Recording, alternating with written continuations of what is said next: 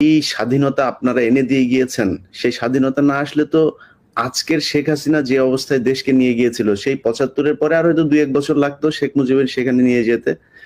তো আমাদেরকে এই যে উদ্ধার করে দিয়ে গিয়েছেন, এই কৃতজ্ঞতা বোধটা বাঙালি জাতির নেই। যে কারণে আজকে মেজর শরীফুল হক ডালিম বাংলাদেশের মাটিতে নেই।